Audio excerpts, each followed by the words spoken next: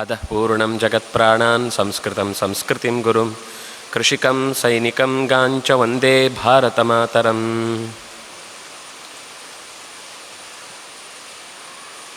ಗೀತೆಯ 11ನೇ ಅಧ್ಯಾಯದ 41ನೆಯ ಶ್ಲೋಕ. ಹಿಂದಿನ ಪದ್ಯಗಳಲ್ಲಿ ಅರ್ಜುನ ಭಗವಂತನನ್ನು ಕಂಡಾಗ ಎಲ್ಲ ಬೆಳಕಿನ ಸೆಳಕುಗಳು ಒಟ್ಟೊಡಗಿ ಒಂದೇ ಕಡೆಯಲ್ಲಿ ಒಂದೇ ಹೊತ್ತಿಗೆ ಕಂಡಾಗ ಅದರ ಅಚ್ಚರಿಯಲ್ಲಿ ಮುಳುಗಿದವನಿಗೆ ಮೇಲೇಳಲಾಗದಂತಹ ಮಾತುಗಳಿಂದ ಕಂಗಾಲಾಗಿದ್ದಾನೆ. ಭಗವಂತನ ಸರಿಯಾದ ಅರಿವು ಬಂದಿದೆ. ಕಂಗಾಲಾಗಿ ಬಾಯಿಗೆ ಬಂದಂತೆ ಮಾತಾಡ್ತಾ ಇಲ್ಲ, ಎಚ್ಚರ ಇದೆ. ಆದರೆ ಅದನ್ನು ಇನ್ನೆಷ್ಟು ಅರ್ಥೈಸಿಕೊಳ್ಳಬೇಕು, ಇನ್ನು ಎಷ್ಟು ಹೊತ್ತು ಇದನ್ನು ದಕ್ಕಿಸಿಕೊಳ್ಳಬೇಕು ಅನ್ನುವುದನ್ನು ತಿಳಿಯಲಾಗದೆ ಸ್ವಲ್ಪ ಸಹಜವಾದ ಅಚ್ಚರಿಯಲ್ಲಿ ಮುಳುಗಿದ್ದಾನೆ. ಆಗಲೇ ಅವನು ಪ್ರಾರ್ಥನೆ ಮಾಡಿದ್ದು ನಮಃ ಪುರಸ್ತಾತ್. ನಾವು ನಿತ್ಯವೂ ಮನೆಯಿಂದ ಹೊರಗಡೆ ಬರುವಾಗ ಅಥವಾ ಇನ್ನೆಲ್ಲಿಯಾದರೂ ಓಡಾಡುವ ಪ್ರಸಂಗದಲ್ಲಿ ನಮಃ ಪುರಸ್ತಾದತ ಪೃಷ್ಠತಸ್ತೆ ನಮೋಸ್ತುತೆ ಸರ್ವತ ಏವ ಸರ್ವ ಅನಂತ ವೀರ್ಯಾಮಿತ ವಿಕ್ರಮಸ್ತ್ವಂ ಸರ್ವಂ ಸಮಾಪ್ನೋಷಿ ತತೋಸಿ ಸರ್ವಃ. ನಿನಗೆ ಮುಂದೆ ಹಿಂದೆ ಅಕ್ಕ ಪಕ್ಕ ಎಲ್ಲೆಡೆಯಲ್ಲೂ ನೆಲೆಸಿದವನಿಗೆ ವಂದನೆಗಳು. ಯಾಕೆಂದರೆ ನಿನಗೆ ಅಂಥ ಅನಂತವಾದ ಸಾಮರ್ಥ್ಯ ಇದೆ, ಅನಂತವಾದ ವಿಕ್ರಮಗಳಿಂದ ನೀನು ಮೆರೆಯುವವನು. ಅದರಿಂದಾಗಿ ನೀನು ಸರ್ವ ಅನ್ನುವ ಶಬ್ದದಿಂದಲೇ ವಾಚ್ಯನಾಗಿದ್ದಿ, ಎಲ್ಲವನ್ನು ಒಳ ಹೊರಗೆ ತುಂಬಿ ಜಗತ್ತನ್ನು ನಡೆಸ್ತಾ ಇದ್ದಿ ಅಂತ ಹೀಗೆ ಪ್ರಾರ್ಥಿಸಿದ್ದ. ಈಗ ಮತ್ತೆ ಮುಂದಿನ ಮಾತಿನಲ್ಲಿ ತನ್ನ ಅಳಲನ್ನು ತೋಡಿಕೊಳ್ತಾ ಇದ್ದಾನೆ. ಅಂದರೆ ತಾನು ಮಾಡಿದ ತಪ್ಪೇನು ಅಂತ ನೆನಪಿಸಿಕೊಂಡು ಹೇಳುತ್ತಾ ಇದ್ದಾನೆ. ಸಖೇತಿ ಮತ್ವಾ ಪ್ರಸಭಂ ಯದುಕ್ತಂ ಹೇ ಕೃಷ್ಣ ಹೇ ಯಾದವ ಹೇ ಸಖೇತಿ ಅಜಾನತಾ ಮಹಿಮಾನಂ ತವೇದಂ ಮಯಾ ಪ್ರಮಾದಾತ್ ಪ್ರಣಯೇನ ವಾಪಿ.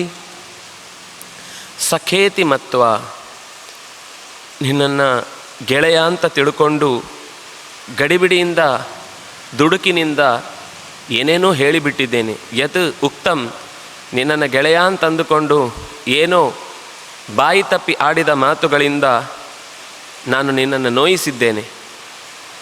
ನನ್ನ ಮನೆಯ ಆಳು ಅನ್ನುವ ಹಾಗೆ ಅಥವಾ ಹತ್ತಿರದ ಬಂಧು ಅನ್ನುವ ಹಾಗೆ ಅಥವಾ ನಮಗೆ ಅತ್ಯಂತ ಆತ್ಮೀಯ ಅನ್ನುವ ನೆಪದಲ್ಲಿ ಹೇ ಕೃಷ್ಣ ಹೇ ಯಾದವ ಹೇ ಸಖೇ ಅಂತ ಬೇರೆ ಬೇರೆ ರೀತಿಯಲ್ಲಿ ನಿನ್ನನ್ನು ನಾನು ಕೂಗಿಕೊಂಡಿದ್ದೇನೆ. ನಿನ್ನ ಬಗ್ಗೆ ತುಂಬ ಸಲುಗೆಯಿಂದ ಈ ಇಡೀ ಜಗತ್ತಿನ ಎಲ್ಲವನ್ನೂ ವ್ಯಾಪಿಸಿ ನಿಂತ ತತ್ವವನ್ನು ನನ್ನ ಅಕ್ಕಪಕ್ಕದಲ್ಲಿ ಇಷ್ಟು ಆತ್ಮೀಯತೆಯಿಂದ ನಡೆಸಿಕೊಳ್ತಾ ಇದೆ ಅಂತನ್ನುವ ಕಾರಣದ ಹಿಂದೆ ಇರುವಂತಹ ಅಪೂರ್ವವಾದ ಸತ್ಯವನ್ನು ಮರೆತು ನಿನ್ನ ಬಗ್ಗೆ ಅಷ್ಟು ನಿರ್ಲಕ್ಷ್ಯ ತಾಳಿದ್ದೇನೆ ಅಂತನ್ನುವುದು ನನಗೀಗ ಎಚ್ಚರ ಆಗ್ತಾ ಇರುವ ಸಂಗತಿ. ತವ ಮಹಿಮಾನಂ ಅಜಾನತಾ, ನಿನ್ನ ಪೂರ್ಣ ಮಹಿಮೆಯನ್ನು ತಿಳಿಯದೆ ನಾನು ಹಾಗಾಡಿದ್ದೇನೆ, ಅಥವಾ ಮಹಿಮೆ ತಿಳಿಯದೆ ಅನ್ನೋದಕ್ಕಿಂತ ತಿಳಿದಿದೆ, ಆ ಕ್ಷಣಕ್ಕೆ ಮರೆತಿದೆ. ನಾವು ಹಾಗೆ ಮಾಡ್ತೇವೆ ಎಷ್ಟೋ ಸಲ. ತುಂಬ ದೊಡ್ಡವರು ಅಂತ ಗೊತ್ತಿರುತ್ತೆ, ಅವರ ಜೊತೆಗೊಂದು 10 ದಿವಸ ಓಡಾಡಿ ಆದಮೇಲೆ ಯಾವಾಗಲೂ ಅವರು ಬಂದಾಗ ಎದ್ದು ನಿಲ್ತಾ ಇದ್ದವರು ಅಥವಾ ಅವರನ್ನು ಕಂಡಾಗಲೆಲ್ಲ ನಮಸ್ಕರಿಸ್ತಾ ಇದ್ದವರು, ಆಮೇಲೆ ಅವರು ನಮ್ಮ ಹತ್ತಿರದಲ್ಲೇ ಇದ್ದಾರಲ್ಲ, ಯಾಕೆ ಯಾವಾಗಲೂ ನಮಸ್ಕಾರ ಮಾಡಬೇಕು, ಯಾಕೆ ಯಾವಾಗಲೂ ಎದ್ದು ನಿಲ್ಲಬೇಕು, ಯಾಕೆ ಯಾವಾಗಲೂ ಅವರನ್ನು ಅಷ್ಟು ಎಲ್ಲರ ಎದುರುಗಡೆ ತಗ್ಗಿ ಬಗ್ಗಿ ಬಾಗಿ ನಿಲ್ಲಬೇಕು ಅಂತ ಮನಸ್ಸು ಗೊತ್ತಿಲ್ಲದೇ ಆ ವಿಷಯದ ಬಗ್ಗೆ ಹಿಂದೆ ಸರಿಯತ್ತೆ. ಇದು ಮನುಷ್ಯನ ಮನಸ್ಸಿನ ಸಹಜವಾದ ಸ್ವಭಾವ. ಅದಕ್ಕೇ ಆಗಾಗ್ಗೆ ನಾವು ದೊಡ್ಡವರ ಜೊತೆಗೆ ಇದ್ದೇವೆ ಅಂತಂದಾಗ ಬೆಂಕಿಯ ಜೊತೆಗಿದ್ದೇವೆ ಅನ್ನುವ ಎಚ್ಚರ ನಮಗಿರಬೇಕು. ಯಾಕೆಂದರೆ ಬೆಂಕಿ ಅದು ಚಳಿ ಕಳೆಯುವುದಕ್ಕೂ ಬೇಕು, ಬಿಟ್ಟು ದೂರ ಹೋದರೂ ನಾವೇ ಸಾಯುವುದು. ಆಯಿತು ಅಂತ ಅತ್ಯಂತ ಆತ್ಮೀಯತೆ ಅಂತ ಅಪ್ಪಿಕೊಂಡ್ರೂ ಅದು ಮೈ ಚರ್ಮ ಸುಡುತ್ತೆ, ಅದರೊಳಗೆ ಬಿದ್ದರೆ ಬೆಂದು ಹೋಗ್ತೇವೆ. ಅದರಿಂದಾಗಿ ಬೇಯಲೂಬಾರ್ದು, ಚಳಿಯಿಂದ ಬಳಲೂಬಾರ್ದು. ಆ ರೀತಿ ನಿನ್ನನ್ನು ಹತ್ತಿರದಿಂದ ಕಂಡಾಗಲೂ ನೀನು ಕೊಟ್ಟ ಸಲುಗೆ ಅದು ನಿನ್ನ ದೊಡ್ಡತನ ಅಂತ ಯೋಚಿಸದೆ ಪ್ರಮಾದಾತ್, ಬುದ್ಧಿಗೆ ವಿಷಯಗಳು ಕೆಲವೊಮ್ಮೆ ಆ ನಿರ್ಣಯವನ್ನು ತೆಗೆದುಕೊಳ್ಳುವ ಹೊತ್ತಿಗೆ ಮಂಕು ಕವಿಯತ್ತೆ, ಅದು ಪ್ರಮಾದ. ಅಂತಹ ಪ್ರಮಾದದಿಂದ ಕೆಲವೊಮ್ಮೆ ಪ್ರಣಯೇನ, ತುಂಬ ಆತ್ಮೀಯತೆಯಿಂದ ಅವರು ನಮ್ಮವರೇ, ಏನಾದರೂ ಒಂದು ನಿರ್ಧಾರ ತೆಗೆದುಕೊಳ್ಳಿಕ್ಕೆ ಕೃಷ್ಣನನ್ನು ಕೇಳಬೇಕು. ಕೃಷ್ಣ ನಮ್ಮವನು, ಅವನೇನು ಹೇಳೋದು, ಅವನನ್ನು ಏನು ಕೇಳೋದು, ನಾವೇ ಹೇಳ್ತೇವೆ, ಅದು ನಮ್ಮ ಅಭಿಪ್ರಾಯ, ಕೃಷ್ಣನ ಅಭಿಪ್ರಾಯನೇ ಕೇಳಬೇಕಲ್ವ ಒಂದು ಬಾರಿ. ಕೇಳದೆ ಹಾಗೆಯೇ ನಿರ್ಧಾರ ತೆಗೆದುಕೊಂಡ ಎಷ್ಟೋ ಪ್ರಸಂಗಗಳು ನಮ್ಮ ಮಧ್ಯದಲ್ಲಿ ನಡೆದು ಹೋಗಿದೆ. ಅದು ಅಜಾನತಾ ಮಹಿಮಾನಂ. ಆ ಕ್ಷಣಕ್ಕೆ ನೆನಪಾಗಿಸಿಕೊಳ್ಳದ, ನಿನ್ನ ಎತ್ತರವನ್ನು ಅರಿತುಕೊಳ್ಳದೆ ಅಥವಾ ನಿನ್ನ ಎತ್ತರವನ್ನು ಆ ಕ್ಷಣಕ್ಕೆ ನೆನಪಿಸಿಕೊಳ್ಳದೆ ನಿನ್ನ ಬಗ್ಗೆ ತುಂಬ ಹಗುರವಾಗಿ ಮಾತಾಡಿದ್ದೇನೆ ಕೃಷ್ಣ. ಎಲ್ಲಿ ಇಡೀ ಜಗತ್ತಿನ ಎಲ್ಲವನ್ನೂ ನೇಮಿಸುವ ಶಕ್ತಿಗೆ ನಾವು ಎಷ್ಟು ಬಹುವಚನ ಹಾಕಿದರೂ ಕಮ್ಮಿ. ಅಲ್ಲೆಲ್ಲ ಏ ಕೃಷ್ಣ ಬಾರೋ ಇಲ್ಲಿ, ಏ ಮಾಧವ, ಏ ಗೋವಿಂದ, ಏ ಸಖ, ಏ ಗೆಳೆಯ ಅಂತೆಲ್ಲ ಇಷ್ಟು ಹತ್ತಿರದ ವ್ಯಕ್ತಿಯಾಗಿ ನಾವು ಕರೆದಾಗಲೂ ನೀನು ಆಗಲೇ ಏನು ನಾನು ನಿನಗೆ ಸಲಿಗೆ ಕೊಟ್ಟಿದ್ದೇನೆ ಅಂತ ಅಷ್ಟು ಹಗುರ ಕಾಣುವುದಾ? ಸಾಮಾನ್ಯ ದೊಡ್ಡವರು ಕೆಲವೊಂದು ಸರ್ತಿ ಆ ಡಿಸ್ಟೆನ್ಸ್ ಮೇಂಟೈನ್ ಮಾಡುವ ಮಾತಾಡ್ತಾರೆ. ಆದರೆ ನಿನ್ನ ಪ್ರೀತಿ, ನಿನ್ನ ಪ್ರಣಯ, ನಮ್ಮ ಮೇಲಿನ ಆ ಮೆಚ್ಚುಗೆ ಅದು ಅಸಾಧಾರಣವಾದದ್ದು. ಅದು ಯೋಚನೆ ಮಾಡಿದರೆ ಈಗ ಈ ಜಗತ್ತಿನ ಎಲ್ಲವನ್ನು ವ್ಯಾಪಿಸಿಕೊಂಡು ನಿಂತಹ ಒಂದು ಶಕ್ತಿ ನನ್ನ ಎದುರಿನಲ್ಲಿ ಒಬ್ಬ ಸಾಮಾನ್ಯ ವ್ಯಕ್ತಿಯಂತೆ ಇದ್ದು ನನಗೆ ಎಲ್ಲವನ್ನು ಕೇಳಿದ್ದೆಲ್ಲವನ್ನು ಕೊಡುವಷ್ಟು ಆತ್ಮೀಯತೆ ತೋರುತ್ತಾ ಇರುವ ವ್ಯಕ್ತಿಯ ಮಹತ್ವಕ್ಕೆ ನಾನು ಬೆಲೆ ಕೊಟ್ಟಿಲ್ಲ ಅಂತ ಅನ್ನೋದು ಅರಿವಾದಾಗ ನನ್ನ ಮನಸ್ಥಿತಿ ಹೇಗಿರುತ್ತೆ ಅನ್ನುವಂತೆ ಅರ್ಜುನ ನಮಗೂ ಎಚ್ಚರಿಕೆ ಕೊಡುವ ಹಾಗೆ ನಮ್ಮಿಂದಲೂ ಇಂಥ ದುಡುಕುಗಳು ಕೆಲವೊಮ್ಮೆ ನಡೆದಿರುತ್ತೆ. ಅದನ್ನು ತಪ್ಪಾದರೆ ತಪ್ಪು, ಹೌದದು ತಪ್ಪಲ್ಲ ಅಂತ ಬೇಕಾಗಿಲ್ಲ, ಅಥವಾ ಸಮರ್ಥಿಸುವುದೂ ಸಲ್ಲ. ತಕ್ಷಣದಲ್ಲೇ ಅರ್ಜುನ ಒಪ್ಪಿಕೊಂಡಂತೆ ನಾವು ನನ್ನಿಂದ ಅಪರಾಧ ಆಗಿದೆ, ಇನ್ನು ಮುಂದೆ ಹಾಗಾಗದಂತೆ ಎಚ್ಚರಿಕೆ ವಹಿಸಬೇಕು ಅನ್ನುವ ರೀತಿಯಲ್ಲಿ ಮುಂದೆ ಅವನು ಮಾತಾಡ್ತಾನೆ. ಮಯಾ ಪ್ರಮಾದಾತ್ ಪ್ರಣಯೇನ ವಾಪಿ, ಮತ್ತು ಮುಂದೆ ಹೇಳುತ್ತಾನೆ ಹೇಗೆ ತೊಂದರೆಗಳಾಗಿರಬಹುದು. ಯಚ್ಚಾಪಹಾಸಾರ್ಥಮಸತ್ಕೃತೋಸಿ ವಿಹಾರ ಶಯ್ಯಾಸನ ಭೋಜನೇಶು ಏಕೋಥವಾಪ್ಯಚ್ಯುತ ತತ್ಸಮಕ್ಷಂ ತತ್ಕ್ಷಾಮಯೇ ತ್ವಾಮಹಮಪ್ರಮೇಯಂ. ಯಚ್ಚ ಅಪಹಾಸಾರ್ಥಂ ಅಸತ್ಕೃತೋಸಿ, ಗೌರವ ಕೊಡಬೇಕು. ಬಂದಾಗ ಅಥವಾ ಏನೋ ಒಂದು ಕೇಳಿದಾಗ ಕೂಡಲೇ ಒದಗಿಸಬೇಕು. ಕಾಯಲಿ ಕೃಷ್ಣ ಅಲ್ವಾ, ಅವನು ಕಾಯ್ತಾನೆ, ಸ್ವಲ್ಪ ಹೊತ್ತು ಇರ್ತಾನೆ, ಬಡಿಸ್ಲಿಕ್ಕೆ ಹೇಳಿರ್ತಾರೆ, 2 ನಿಮಿಷ ಎಲ್ಲರಿಗೂ ಆಗುವ ಹಾಗೆ ಅವನಿಗೂ ಅವನೇನು ಸ್ಪೆಷಲ್ಲು ಅಂತ ಇದೆ. ಒಂದು ಹಾಕಲಿಕ್ಕೆ ಬೇಕಾದ ವಸ್ತು ಅಲ್ಲೇ ಇದೆ. ಆದರೂ ಅಣ್ಣ ಅಥವಾ ಇನ್ನೆಲ್ಲರಿಗೂ ಒಟ್ಟಿಗೆ ಹಾಕೋದು ಸಾಮಾಜಿಕ ನಿಯಮದ ಪ್ರಕಾರ ಸರಿಯೇ ಇರಬಹುದು. ಆದರೆ ಕೃಷ್ಣನನ್ನು ನಾವು ನಡೆಸಿಕೊಳ್ಬೇಕಾದ ರೀತಿಯಲ್ಲಿ ವಿಹಾರ ಶಯ್ಯ ಆಸನ ಭೋಜನ, ಓಡಾಡುವಾಗ, ಮಲಗುವಾಗ, ಆಸನದಲ್ಲಿ ಪಕ್ಕದಲ್ಲಿ ಅಕ್ಕಪಕ್ಕ ಕೂಡುವಾಗ, ಊಟದಲ್ಲಿ, ಈ ಎಲ್ಲ ಸಂದರ್ಭದಲ್ಲೂ ಅಪಹಾಸಾರ್ಥಂ ತಮಾಷೆಗಾಗಿ ಎಷ್ಟೋ ಸರ್ತಿ ಅವನನ್ನು ದೂಡಿ ಆಸನ ನನಗೆ ಬೇಕು ಅಂತ ಬೀಳಿಸಿದ್ದಿರಬಹುದು. ಅಥವಾ ಕಾಲ ಮೇಲೆ ಕಾಲು ಹಾಕಿ ಮಲಗಿದಾಗ ಅವನ ಮೇಲೇ ಅಂಗಾತ ಮಲಗಿ ಗೊರಕ್ಕೆ ಹೊಡೆದಿರಬಹುದು. ಅಥವಾ ವಿಹಾರ ಹೋಗುವಾಗ ಹೆಗಲ ಮೇಲೆ ಕೈ ಹಾಕ್ಕೊಂಡು ಅದೆಲ್ಲ ನಂದು ಸಾಮಾನು ಬರುವಾಗ ನೀನು ಒಂಚೂರು ಹಿಡ್ಕೊಂಡು ಬಾ ಅಂತ ವಿಹಾರದ ಮಧ್ಯದಲ್ಲಿ ನಮ್ಮ ಕೆಲಸವನ್ನು ಅವನ ಹತ್ರ ಮಾಡಿಸಿರಬಹುದು. ಅಷ್ಟೇ ಅಲ್ಲ, ಭೋಜನೇಶು, ಊಟದಲ್ಲೂ, ಊಟ ಕೊಡುವಾಗ ಅವನಿಗೆ ಹಾಕೋ ಮುಂಚೆ ಅಲ್ಲಿ ಬಡಿಸುವಾಗ ಕೂಡಿಸಿರ್ತಾರೆ. ಇಲ್ಲ ಆಮೇಲೆ ಹಾಕಿ ಅವನಿಗೆ, ಮೊದಲು ನನಗೆ ಹಾಕಿ, ನನಗೆ ತುಂಬ ಇಷ್ಟ ಅಂತ ಈ ರೀತಿ ಅಸತ್ಕೃತ, ಯಾವ ರೀತಿ ಮಾಡಬಾರ್ದೋ ಆ ರೀತಿ ಮಾಡಿರಬಹುದು. ನಾನು ಪ್ರಣಯದಿಂದ ಪ್ರಮಾದದಿಂದ ಮಾಡಿದ್ದೇನೆ ಅಂತ ಹೇಳ್ತಾ ಇದ್ದಾನೆ. ಯಚ್ಚ ಅಪಹಾಸಾರ್ಥಂ ಅಸತ್ಕೃತೋಸಿ, ನೀನು ಅಪಹಾಸಕ್ಕೆ ಅಥವಾ ತಮಾಷೆಗಾಗಿ ನಿನ್ನನ್ನು ಸತ್ಕಾರ ಮಾಡದೆ ನಿನ್ನನ್ನು ಅಸತ್ಕರಿಸಿದ್ದೇನೆ, ಆದರ ತೋರದೆ ಕೆಲವೊಮ್ಮೆ ಅನಾದರದಿಂದ ಕಂಡಿದ್ದೇನೆ. ಅದೆಲ್ಲವನ್ನು ಕೂಡ ಕ್ಷಮಿಸಬಹುದಾದ ಒಂದೇ ಒಂದು ತತ್ವ ಅಂತಿದ್ರೆ ಏಕಃ, ಅದು ಒಬ್ಬ ನೀನೇ, ಎಲ್ಲವನ್ನೂ ಮಾಡುವವನು. ಏವ ಕರ್ತ ಅಂತ, ಏಕ ಅಂದರೆ ಏವ ಕರ್ತ ಅಂತ, ಅದು ಸಯೇವ ಕರ್ತ ಅಂತ ಅರ್ಥ, ಅವನೇ ಕರ್ತ ಅಂತ. ಅಥವಾ ಕರ್ತ ಏವ, ಅವನೊಬ್ಬನೇ ಕರ್ತ, ಅವನೇ ಕರ್ತ, ಅವನು ಕರ್ತನೇ, ಅವನೇ ಮಾಡಬಹುದು ಹೊರತು ಇನ್ಯಾರೂ ಮಾಡಲಿಕ್ಕೆ ಸಾಧ್ಯ ಇಲ್ಲ. ಇಂತಹ ಸಲುಗೆ ಕೊಟ್ಟು ನಮ್ಮನ್ನು ರಕ್ಷಿಸಬಹುದಾದಂತಹ ಒಂದು ತತ್ವ ಇದ್ದರೆ ಅದು ನೀನು ಮಾತ್ರ. ಯಾಕೆಂದರೆ ನಿನಗೊಂದು ಹೆಸರಿದೆ, ಅಚ್ಯುತ ಅಂತ. ಕುಗ್ಗದ ಎತ್ತರದವನು ಅಂತ ಅರ್ಥ ಆ ಶಬ್ದಕ್ಕೆ. ಚ್ಯುತಿ ಇಲ್ಲದವನು, ದೋಷ ಇಲ್ಲದವನು, ತಪ್ಪು ಮಾಡದವನು, ಎಚ್ಚರಿಕೆ ತಪ್ಪದವನು, ಬುದ್ಧಿಚ್ಯುತಿಯಾಗುವುದು ಅಥವಾ ಮಾತು ಚ್ಯುತಿಯಾಗೋದು ಅಥವಾ ಕ್ರಿಯಾಚ್ಯುತಿಯಾಗೋದು, ಜ್ಞಾನವೇ ಚ್ಯುತಿಯಾಗೋದು, ಯಾವ ರೀತಿಯೂ ಚ್ಯುತಿ ಇಲ್ಲದ ಅಪರೂಪದ ವ್ಯಕ್ತಿತ್ವ ನೀನು. ಏಕಃ, ನೀನೊಬ್ಬನೇ. ಹಾಗೆ ಇಡೀ ಜಗತ್ತಿನಲ್ಲಿ ಬೇರೆ ಯಾವುದೇ ತತ್ವದ ಜೊತೆಗೆ ಇಷ್ಟು, ಈಗ ಶ್ರೀತತ್ವವನ್ನು ಉಪಾಸನೆ ಮಾಡುವವರು ಒಂದು ಚೂರು ಹೆಚ್ಚು ಕಮ್ಮಿ ಆದರೆ ಅವನು ಅಲ್ಲಿ ತನಕ ಮಾಡಿದ್ದೆಲ್ಲವೂ ನೀರಿನಲ್ಲಿ ಹೋಮ. ಅಥವಾ ಉಳಿದ ಯಾವುದೇ ದೇವತೆಯನ್ನು ಕೂಡ ಅಲ್ಲಿ ಏನಾದರೂ ಅವನು ಉಪಾಸನೆ ಮಾಡುವಾಗ ತಪ್ಪಿ ನಡೆದ ಅಂದರೆ ಅಲ್ಲೇ ಶಿಕ್ಷೆ ಆಗುತ್ತೆ. ಅದಕ್ಕೆ ದೇವರಿಗೊಂದು ಹೆಸರು ಉಂಟು ಸಹಸ್ರನಾಮದಲ್ಲಿ, ಕ್ಷಮಿಣಾಂ ವರಹ ಅಂತ. ಬೇರೆ ಯಾವುದೇ ಉಪಾಸನೆಯಲ್ಲಿ ಚೂರು ಹೆಚ್ಚು ಕಮ್ಮಿ ಆದರೂ ಮತ್ತೆ ಕೆಳಗಿನಿಂದ ಅವನ ಮೇಲಕ್ಕೆ ಬರಬೇಕು. ಆದರೆ ಭಗವಂತನ ಉಪಾಸನೆಯಲ್ಲಿ ಎಲ್ಲೋ ಒಂದು ಚೂರು ಅಜಾಗ್ರತೆಯಿಂದ ಅಥವಾ ಪ್ರಮಾದದಿಂದ ಅಥವಾ ತಿಳುವಳಿಕೆಯ ಕೊರತೆಯಿಂದ ಅಥವಾ ಕೆಲವೊಮ್ಮೆ ದೇವರ ಮೇಲೆ ಸಿಟ್ಟು ಮಾಡಿಕೊಂಡು ಏನಾದರೂ ಒಂದು ಅಸಭ್ಯತನವನ್ನು ತೋರಿದರೂ ಕೂಡ ತಾಯಿ ಹೇಗೆ ಮಗುವನ್ನು ಅದನ್ನು ಮುಂದೆ ಹೇಳ್ತಾನೆ, ಆ ಒಂದೊಂದು ಮಾತು ಕೂಡ ಇಲ್ಲಿ ಅರ್ಜುನ ಆಡುವ ಮಾತು, ಅದು ನಮಗೆ ನಾವು ದೇವರ ಹತ್ರ ಆಡಿಕೊಳ್ಬೇಕಾದ ಮಾತು. ಈ ಎಲ್ಲ ಥರದಲ್ಲೂ ನೀನು ನಮ್ಮ ಎಲ್ಲ ಚ್ಯುತಿಗಳನ್ನು ಸಹಿಸಿಕೊಂಡು, ಆದರೆ ನಮ್ಮ ಚ್ಯುತಿಗೆ ನೀನು ಪ್ರತಿಯಾಗಿ ನೀನು ಹೊಡಿತೀಯ ನಾನು ಹೊಡಿತೇನೆ ಅಂತ ಒಂದು ದಿವಸವೂ ಈ ಚಿಕ್ಕ ಮಕ್ಕಳ ಹತ್ರ ದೊಡ್ಡವರು ಆಟ ಆಡುವಾಗ ಮಗು ಚೂರು ಜೋರಾಗಿ ಹೊಡೆಯಿತು ಅಂತ ವಾಪಸ್ಸು ಹೊಡೆಯದೆ ಹೇಗೆ ಸಹಿಸಿಕೊಂಡು ಅದರ ಹೊಡೆದಾಟಕ್ಕೆ ಇರಬೇಕಾದ ಉತ್ಸಾಹವನ್ನು ಕಳೆಯದಂತೆ ಸಹಿಸಿಕೊಳ್ತಾರೋ ಹಾಗೆ ನೀನು ಸಹಿಸಿಕೊಂಡು ನಮ್ಮನ್ನು ಉದ್ಧರಿಸಿದ್ದಿ, ರಕ್ಷಿಸಿದ್ದಿ. ತತ್ಸಮಕ್ಷಂ, ನಿನ್ನ ಎದುರುಗಡೆನೆ, ನಿನ್ನ ಅಂತಹ ವಿಶಾಲವಾದ ರೂಪದ ಎದುರುಗಡೆನೆ ಅಪ್ರಮೇಯಂ, ತಿಳಿಯಲಾಗದ ಎತ್ತರದ ಇರುವಂತಹ ನಿನ್ನನ್ನು ಅಹಂ ತ್ವಾ ಕ್ಷಾಮಯೇ, ಕ್ಷಮಿಸು ಅಂತ ಬೇಡಿಕೊಳ್ತಾ ಇದ್ದೇನೆ. ತಪ್ಪಾಯಿತು ಅಂತ ನನ್ನನ್ನು ನಾನು ಒಪ್ಪಿಸಿಕೊಳ್ತಾ ಇದ್ದೇನೆ, ಮನ್ನಿಸು ನನ್ನನ್ನು. ತಪ್ಪೆಸಗಿದ್ದೇನೆ ಅಂತ ಗೊತ್ತಾಗಿದೆ. ಆ ಎಸಗಿದ ತಪ್ಪು ಅನ್ನೋದು ನಿನ್ನ ಮೇಲೆ ದ್ವೇಷದಿಂದಲೋ ಅಥವಾ ಹದ ಕೊಟ್ಟಬೇಕು ಅಂತನೋ ಅಥವಾ ನಿರಂತರ ಇದೊಂದು ನನ್ನ ಒಳಗಿನ ಎಜೆಂಡಾ ಆಗಿಯೋ ನಾನು ಮಾಡಿದ್ದಲ್ಲ. ಗೊತ್ತಿಲ್ಲದೆ ನಡೆದಿದೆ, ಪ್ರಮಾದದಿಂದ ಆಗಿದೆ, ಅಥವಾ ಕೆಲವೊಮ್ಮೆ ಅತ್ಯಂತ ಪ್ರೀತಿ ಸಲುಗೆಯೂ ಕೂಡ ಆ ರೀತಿ ನಡೆಸಿ ಬಿಡುತ್ತೆ. ನನ್ನವನೇ ಕೃಷ್ಣ, ಅವನು ಯಾಕೆ ಕೋಪ ಮಾಡ್ಕೊಳ್ತೇನೆ, ಅದ್ರ ಮೇಲೆ ಅಗೌರವ ಇಲ್ಲ. ಕೃಷ್ಣ ನಮ್ಮವನೇ ಅಲ್ವಾ, ಅವನ ಹತ್ರ ನಾವು ಮತ್ತೆ ಯಾಕೆ ಇದನ್ನೆಲ್ಲ ಫಾರ್ಮ್ಯಾಲಿಟೀಸ್ ಕೇಳುವುದು, ಕೃತಜ್ಞತೆ ಹೇಳುವುದು, ಇದೆಲ್ಲ ಅವನಿಗೂ ಬೇಜಾರಾಗುತ್ತೆ ಅಂತ ನಾವೇ ಊಹಿಸಿಕೊಂಡು ನಾವೇ ಅದನ್ನೆಲ್ಲ ಕಟ್ ಮಾಡಿ ನಾವೇ ಅದರ ಕ್ರೆಡಿಟನ್ನು ತೆಗೆದುಕೊಳ್ಳುವ ಪ್ರಯತ್ನವೂ ಅಧಿಕಾರವಶಾತ್ ಕೆಲವೊಮ್ಮೆ ನಡೆದು ಹೋಗುತ್ತೆ. ಕ್ಷತ್ರಿಯರು ಜವಾಬ್ದಾರಿ ಅಧಿಕಾರ ಇದೆ.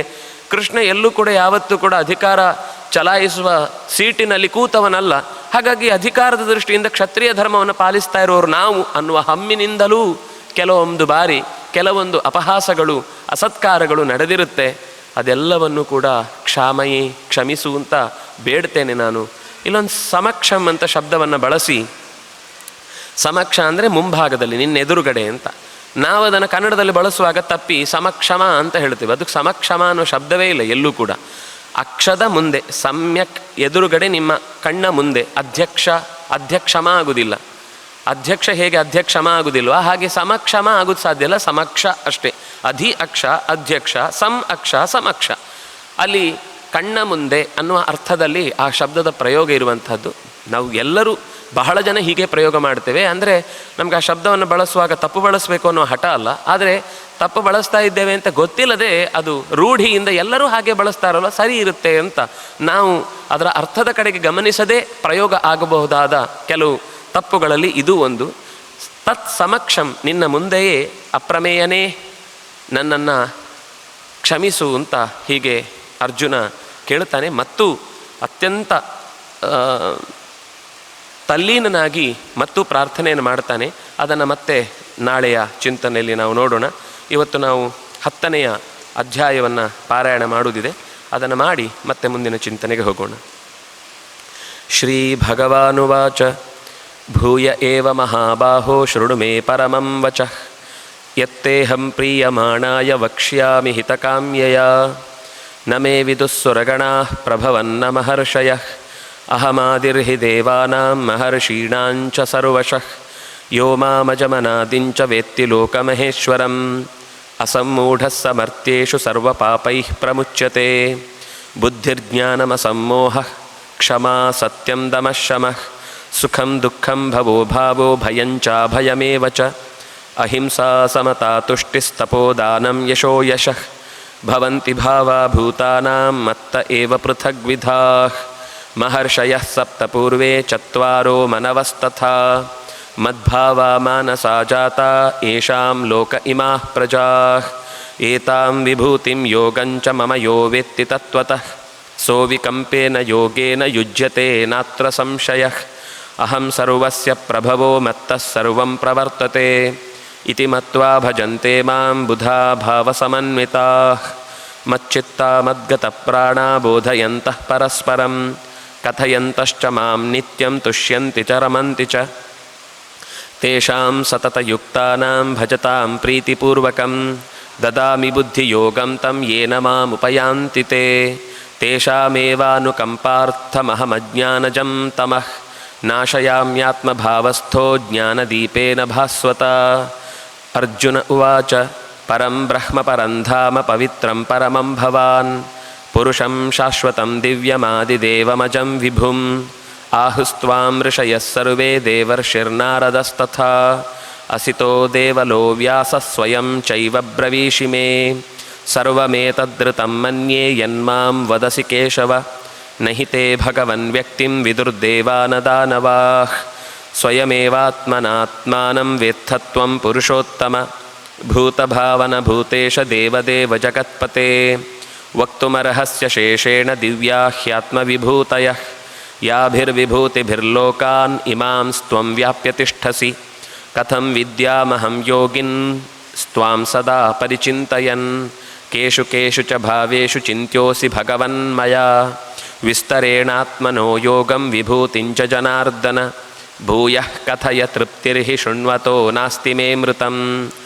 श्रीभगवानुवाच हन्त ते कथयिष्यामि दिव्या ह्यात्मविभूतयः प्राधान्यतः कुरु श्रेष्ठ नास्त्यन्तो विस्तरस्य मे अहमात्मा गुडाकेश सर्वभूताशयस्थितः अहमादिर्हि अहमादिश्च मध्यञ्च भूतानाम् अन्त एव च आदित्यानामहं विष्णुर्ज्योतिषां रविरंशुमान् मरीचिर्मरुतामस्मि नक्षत्राणामहं शशी वेदानां सामवेदोऽस्मि देवानामस्मि वासवः इन्द्रियाणां मनश्चास्मि भूतानामस्मि चेतना रुद्राणां शङ्करश्चास्मि वित्तेशो यक्षरक्षसां वसूनां पावकश्चास्मि मेरुशिखरिणामहं पुरोधसाञ्च मुख्यं मां विद्धि पार्थ बृहस्पतिं सेनानीनामहं स्कन्दः सरसामस्मि सागरः महर्षीणां भृगुरहं गिरामस्म्येकमक्षरं यज्ञानां जपयज्ञोऽस्मि स्थावराणां हिमालयः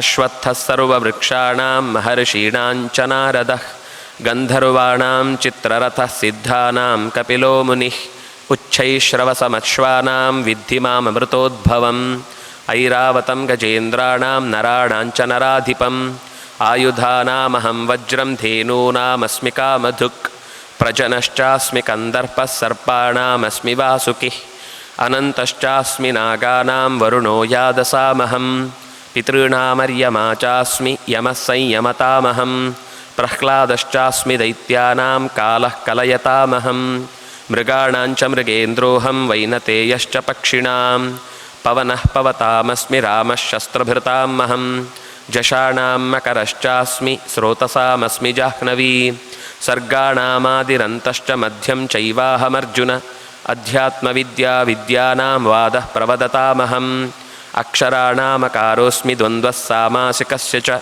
अहमेवाक्षयः कालो धाताहं विश्वतोमुखः मृत्युः सर्वहरश्चाहम् उद्भवश्च भविष्यतां कीर्तिश्रीवाक्च नारीणां स्मृतिर्मेधा धृतिः क्षमा बृहत्साम तथा साम्नां गायत्री छन्दसामहं मासानां मार्गशीर्षोऽहं ऋतूनां कुसुमाकरः द्यूतं छलयतामस्मि तेजस्तेजस्विनामहं जयोऽस्मि व्यवसायोऽस्मि सत्त्वं सत्त्ववतामहं वृष्णीनां वासुदेवोऽस्मि पाण्डवानां धनञ्जयः मुनीनामप्यहं व्यासः कवीनामुशना कविः दण्डो दमयतामस्मि नीतिरस्मि जिगीषतां मौनं चैवास्मि गुह्यानां ज्ञानं ज्ञानवतामहं यच्चापि सर्वभूतानां बीजं तदहमर्जुन न तदस्ति विना यत् स्यात् मया भूतं चराचरं नान्तोऽस्ति मम दिव्यानां विभूतीनां परन्तप एष तूद्देशतः प्रोक्तो विभूतेर्विस्तरो मया